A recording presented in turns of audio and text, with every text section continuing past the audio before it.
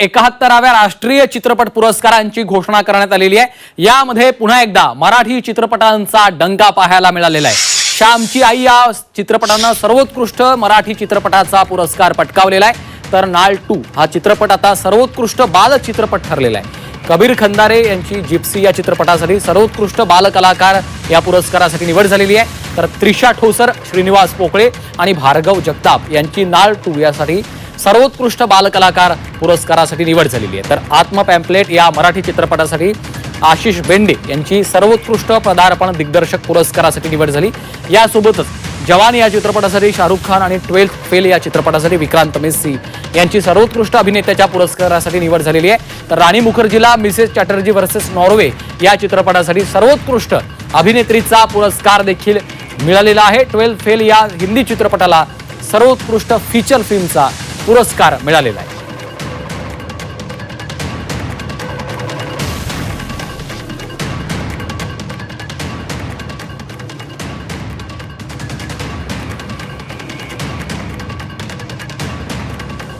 तर आपण पाहतोय आता या संपूर्ण राष्ट्रीय चित्रपट पुरस्कारांमध्ये घोषणा करण्यात आलेली आहे। मराठी चित्रपटांचा डंका आपल्याला पाहायला मिळतोय। स्वतः आशिष बेंडे आपल्यासोबत फोन लाईन वरून जोडले गेलेले आहेत। आशिषजी, अत्यंत अभिमानाची संपूर्ण मराठी चित्रपट रसिकांसाठी, महाराष्ट्रातल्या प्रत्येक नागरिकांसाठी अत्यंत आनंदाची बाब आहे। सर्वात प्रथम तुमचं सगळ्यात आधी अभिनंदन आणि तुमची पहिली प्रतिक्रिया काय? खूप खूप धन्यवाद तुमच्या या अभिनंदनासाठी। आणि माझी पहिली प्रतिक्रिया म्हणजे एक तर मुळामध्ये माझा विश्वास बसत नव्हता या गोष्टीवरती, पण जसं ते नाव अनाऊन्स झालं आणि एक 3-4 वर्षांपूर्वी आम्ही गेलो जेव्हा या सिनेमाची निर्मिती चालू होती, आणि अर्थात ह्या सगळ्या निर्मितीचे हे जरी दिग्दर्शनाचं अवॉर्ड असलं तरी दिग्दर्शनाचं अवॉर्ड हे नेहमीच सांघिक असतं असं मी मानतो। माझ्या मागे खूप लोक उभी होती, त्याच्यामधली महत्वाची काही नावं म्हणजे माझा मित्र, फिलॉसॉफर, गाईड आणि 3 times national award winning director writer Paresh Mokashi, त्यांनी हे स्क्रिप्ट लिहिलं। मधुगंधा कुलकर्णी, मदन एल राय, झी स्टुडिओचे मंगेश कुलकर्णी आणि बाकी सगळे सहकारी आणि टी सिरीज या सगळ्यांनी जो पाठिंबा दिला, आणि प्लस माझी टीम म्हणजे माझी दिग्दर्शकांची जी टीम होती सहाय्यकांची, त्या सगळ्या मुली होत्या आणि त्या मुलींनी जो काही हा सिनेमा पेलून ठेवलाय त्याच्यानंतर आज त्याचं फळ म्हणून हे आज बक्षीस मिळत आहे। आणि त्यामुळे आमच्या सगळ्या चमूचंच अभिनंदन आहे, माझं एकट्याच नाही अर्थातच। आशिषजी, या आधी देखील आत्म पॅम्पलेटची प्रचंड चर्चा झालेली होती, प्रचंड चर्चेत राहिलेला होता, मात्र आपल्याला कल्पना आहे की अत्यंत मानाचा मानला जातो राष्ट्रीय चित्रपट पुरस्कार, आणि त्या चित्रपटाच्या पुरस्कारामध्ये आपलं नाव येणं हे आता पुढच्या काळासाठी कितपत महत्वाचं वाटतं? हो, अर्थातच आपल्या कामाचं चीज राष्ट्रीय पातळीवरती होतंय। ही सिनेमा आता फक्त स्थानिक न राहता तो इतक्या जास्त लोकांपर्यंत आता पोहोचेल, आणि माझ्या मते या अवॉर्डच्या निमित्ताने अजून 4 लोकांना या सिनेमाबद्दल कळेल, अजून तो सिनेमा OTT प्लॅटफॉर्म्स वरती बघितला जाईल आणि अजून तो जास्त लोकांपर्यंत पोहोचेल, याचा आनंद मला जास्त आहे। आशिषजी, आपण पाहतोय की ह्या पुरस्कारासाठी देशभरातल्या अनेक दिग्गजांची नावं खरतर या यादीमध्ये आपल्याला पाहायला मिळतात। अगदी शाहरुख खान पासून अनेक दिग्गज आपण पाहतोय, आणि भारतभरातला सिनेमा जो आहे, जो उत्कृष्ट सिनेमा आहे, तो या ठिकाणी नावाजला जातो, त्याचा सन्मान केला जातो, आणि अशा ठिकाणी सर्वोत्कृष्ट पदार्पण दिग्दर्शक म्हणून आपली निवड होते। त्यामुळं तुमच्या स्वतःसाठी व्यक्तिगत पातळीवर देखील हा पुरस्कार कितपत महत्वाचा वाटतोय? खूप, प्रत्येक बक्षीस, प्रत्येक अवॉर्ड आणि एस्पेशली ह्या एवढ्या मोठ्या पातळीवरचं अवॉर्ड हे निश्चितच दखल घेण्यासारखंच आहे, आनंद देणारच आहे।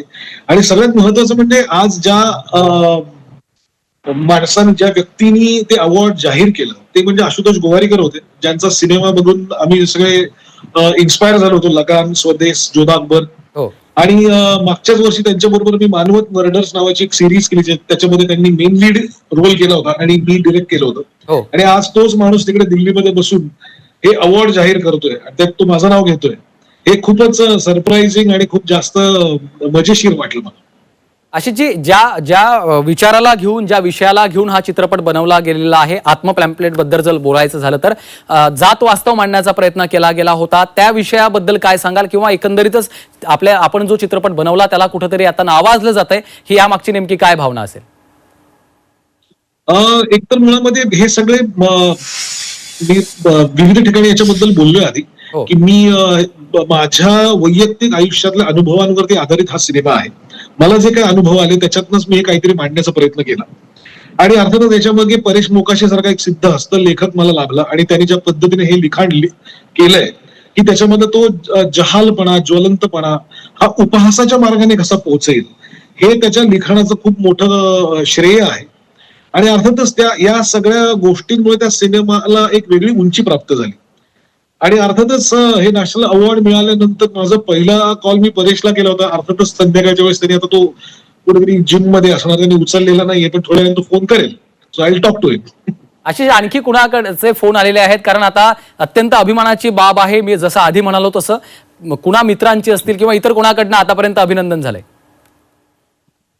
आमच्या सगळ्या मित्रांचं, एक तर सगळ्यात पहिलं म्हणजे माझा भाऊ, माझी आई, माझी वहिनी यांचा एक आमचा फॅमिली ग्रुपचा एक व्हिडिओ कॉल झाला. आणि त्याच्यामध्ये माझ्या आईच्या डोळ्यामध्ये जे आनंदाश्रू होते हो. ते म्हणजे ते नॅशनल अवॉर्ड पेक्षाही खूप मोठी गोष्ट ते अश्रू होते. आणि अर्थातच सगळ्यांसाठी आनंदाची गोष्ट आहे, अख्ख्या फॅमिलीसाठी. आणि अर्थातच या क्षणाला मी जर का सगळ्यात जास्त कोणाला मिस करत असेल तर ते माझे वडील आहेत. माझ्या वडिलांनी मला जे शिकवलं, मला ज्या आयडिओलॉजी मध्ये घडवलं, ती आयडिओलॉजी मी सिनेमात मांडण्याचा प्रयत्न करत होतो.